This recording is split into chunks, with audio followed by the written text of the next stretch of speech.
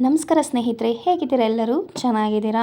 ನಾನು ಕೂಡ ಚೆನ್ನಾಗಿದ್ದೀನಿ. ನಾನು ಇವತ್ತೊಂದು ನನ್ನ ಸ್ವಂತ ಕಥೆಯನ್ನು ನಿಮ್ಮೊಂದಿಗೆ ಶೇರ್ ಮಾಡೋಕ್ಕೋಸ್ಕರ ಬಂದಿದ್ದೀನಿ.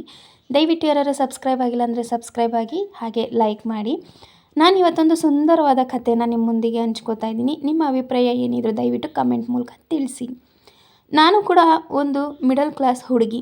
ನಾನು ಕೂಡ ಒಂದು ಸಣ್ಣ ಮನೆಯಲ್ಲಿ ಅಮ್ಮನ ಜೊತೆ ಬೆಳೆದವಳು.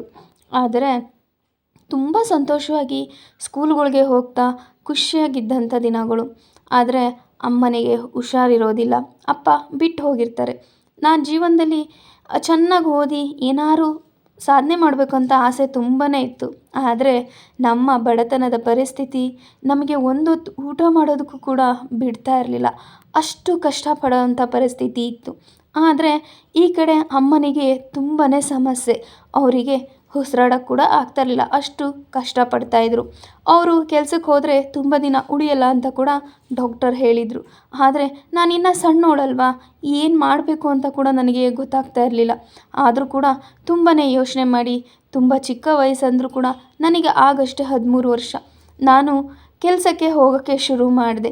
ಸ್ಕೂಲಿಗೂ ಕೂಡ ಹೋಗಿ ಬಂದು ಜೊತೆಯಲ್ಲಿ ಕೆಲಸ ಕೂಡ ಮಾಡಿ ಅಮ್ಮನ ಹೇಗೋ ನೋಡ್ಕೊತ ಖುಷಿಯಾಗಿದ್ದೆ. ಅಮ್ಮ ಸ್ವಲ್ಪ ಹುಷಾರಾದಾಗೂ ಕೂಡ ಕೆಲಸಕ್ಕೆ ಹೋಗ್ತಿದ್ರು.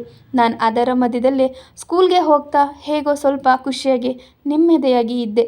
ಅಮ್ಮನಿಗೆ ಮೆಡಿಷನ್ ಕೊಡಿಸ್ತಾ ಅವರ ಆರೋಗ್ಯ ಕೂಡ ಚೆನ್ನಾಗಿ ನೋಡ್ಕೊತ ಹೇಗೋ ದಿನ ಕಳೀತಿತ್ತು.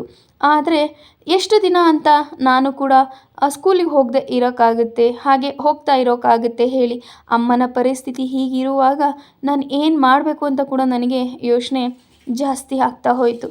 ಆದರೂ ಕೂಡ ಧೈರ್ಯ ಮಾಡಿ ನಾನು ಒಂದು ದಿನ ದೊಡ್ಡೋಳಾದ ನಂತರ ಸ್ಕೂಲನ್ನು ಹೋಗೋದಕ್ಕೆ ಬಿಟ್ಟೆ.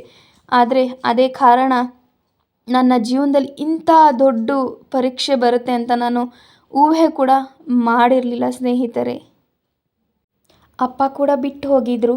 ಅಮ್ಮ ಒಬ್ಬರೇ ಇದರಿಂದ ಅಮ್ಮ ಇನ್ನೊಂದು ಮದುವೆ ಕೂಡ ಮಾಡಿಕೊಂಡ್ರು. ಆದರೆ ಅವರು ಮದುವೆ ಮಾಡ್ಕೊಂಡಂಥವರಿಂದ ನನಗೆ ತುಂಬ ದಿನ ಹಿಂಸೆ ಅನುಭವಿಸ್ಬೇಕಾದಂಥ ಪರಿಸ್ಥಿತಿ ಬಂತು.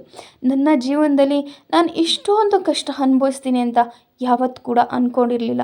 ಆದರೆ ಲೈಫ್ ಅನ್ನೋದು ಯಾವಾಗ ಬೇಕಾದ್ರೂ ಹೇಗೆ ಬೇಕಾದ್ರೂ ಟರ್ನ ತೊಗೋಬೋದು ಅಂತ ಗೊತ್ತೇ ಇರುತ್ತಲ್ವ. ಸೊ ಅದೇ ರೀತಿ ನನ್ನ ಜೀವನದಲ್ಲೂ ಕೂಡ ತುಂಬ ದೊಡ್ಡ ಟರ್ನ ತಗೋತು. ನಾನು ನನ್ನ ತಾಯಿನ ಚೆನ್ನಾಗಿ ನೋಡ್ಕೊಳ್ಳೋಕ್ಕೋಸ್ಕರ ಈ ದಾರಿ ಹಿಡಿದಿದ್ದು ತಪ್ಪೋ ಸರಿನೋ ನನಗೆ ಗೊತ್ತಿಲ್ಲ.